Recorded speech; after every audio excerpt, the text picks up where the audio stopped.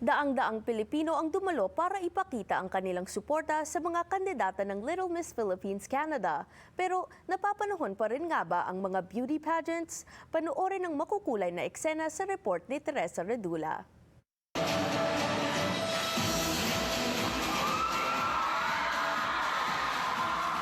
Kasisimula pa lamang ng Little Miss Philippines Canada nitong Sabado at ang mga dumalo rito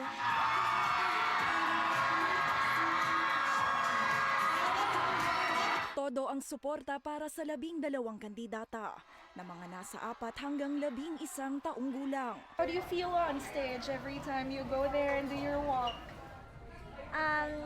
Scared. Scared? Why is it scary? I don't know. But also very fun to walk. The gown. The gown. Why? What does it make you feel? It makes me feel like a princess. Pero walang makatatalo sa suporta ng mga magulang sa beauty pageant na ito. Nakaka-proud. She's very competitive and she loves dancing and she likes what she's doing right now. Ayon sa Philippine Canadian Charitable Foundation o PCCF, na siyang nasa likod ng event, sold out ang 400 tickets para sa beauty pageant. Pangako nila sa mga kandidata, isang karanasang hindi malilimutan. If your purpose, like us, our purpose in doing this pageant is to promote the Filipino culture, arts, and heritage, and at the end of the day, also teaching them the charity component of what goes with the pageant. It's not only the beauty and talent, but also the charity that goes with it. Bukod sa corona, sino mang kikilalaning Little Miss Philippines Canada ay mabibigyan ng libreng flight ticket papuntang Pilipinas. Siya rin ang mangunguna sa mga ihahatid na tulong para sa mga nangangailangan, pero para sa mga magulang. Hindi lang corona ang dahilan kung bakit nila piniling isali ang kanilang anak. Give more confidence for my daughter because she loves doing runway, dancing, acting. So to give more confidence. Do you feel more confident? Yeah. Well, last year I had my youngest, 24 weeks old. So she stayed more, like almost 1 year in the hospital. Her siblings, they are more hospital and home, hospital and home. So wants her something different to get like unwind, na parang maiba naman yung surrounding. Ayon sa PCCF, sa gitna ng mga usap-usapan sa Canada kung napapanahon pa rin ba ngayon ang mga beauty pageant lalo sa kabataan.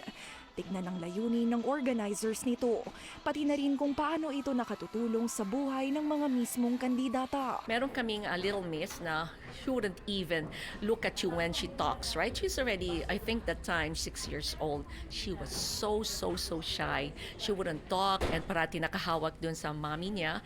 And then, through patience at saka coaching, after nung pageant time na, oh my gosh, you would see the transformation. That's one thing. Gaining confidence and giving them an opportunity to profess their talents. This is a pageant with a cause, and also our organization offers an experience of lifetime. Why pageants with a cause? Because the net proceeds of this pageant will be donated to the needy in the Philippines. Manalo man o matalo, lahat uuwi ng may corona. Baon ng mas matatag na pagkakumpiyansa sa sarili. When I grow up, I want to be a nurse so I can help many people. When I grow up, I want to be an artist, a businesswoman, and a content creator at the same time. 14 na taon ng pinangunahan ng PCCF ang iba't ibang pageants sa Ontario at anila asahan na mas marami pang matutulungan sa Pilipinas sa mga darating na taon. I just tell the parents and the mother, just joining this pageant, you're already a winner because you have already helped someone in need in the Philippines without you knowing it indirectly. We're Filipino. We miss Philippines back home to join the pageant, and like in our barrio, like we have the fiesta. So we here is always work, right? So let the kids have fun and the parents to have fun. Teresa Redula, Omni News, Toronto.